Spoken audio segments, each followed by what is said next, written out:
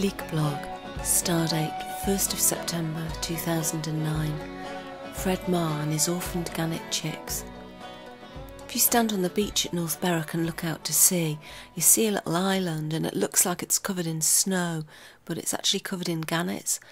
And the best way to visit the gannets on the Bass Rock is to take a trip out in Fred Marr's boat, the Sula 2.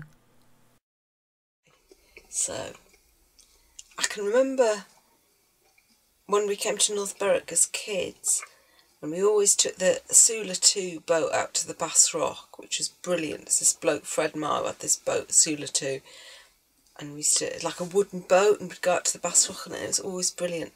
And I went out on it the last few years, like 30 years on, and his son and daughter run it now, but it's still great. And loads of other little boat trips have sprung up, but Sula 2 is still the best. And then I was walking back one day, and then there was a little sign up in the Seabird Centre saying, "Come and visit Fred Marr's orphaned gannet chicks." It said, "Fred Marr has rescued some orphan gannet chicks off the Bass Rock, and he's hand-rearing them in his back garden."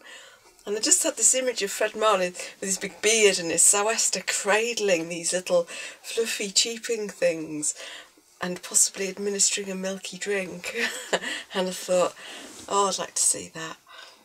So I wandered down to his cottage, got a cottage by the bit, lovely, like a little stone cottage, and there's like, you know, hollyhocks and honeysuckle, and it's really beautiful.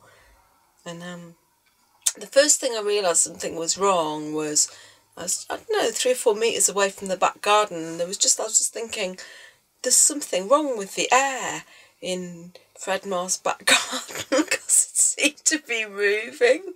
And then I got a bit closer. I was maybe a couple of metres away, and just this smell hit me, and it was like, honestly, it's like hitting a wall. It was just like, God, what is just, it was the most profound presence, this smell, I can't describe it. And I got a bit closer and sort of looked over the garden wall, and Hogarth's Hell is being reenacted in Fred Marr's back garden. There's just like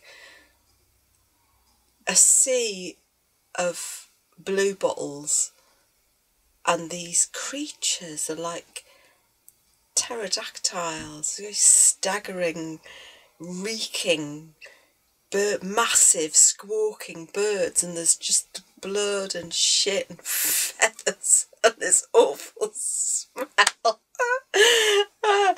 And in the middle of it all is this woman swathed in plastic, like a chin to floor plastic pinny, and 2 black bin liners taped around her legs, and a bucket of bloodied fish, and she's lobbing these fish at these birds with a look of hell on her face.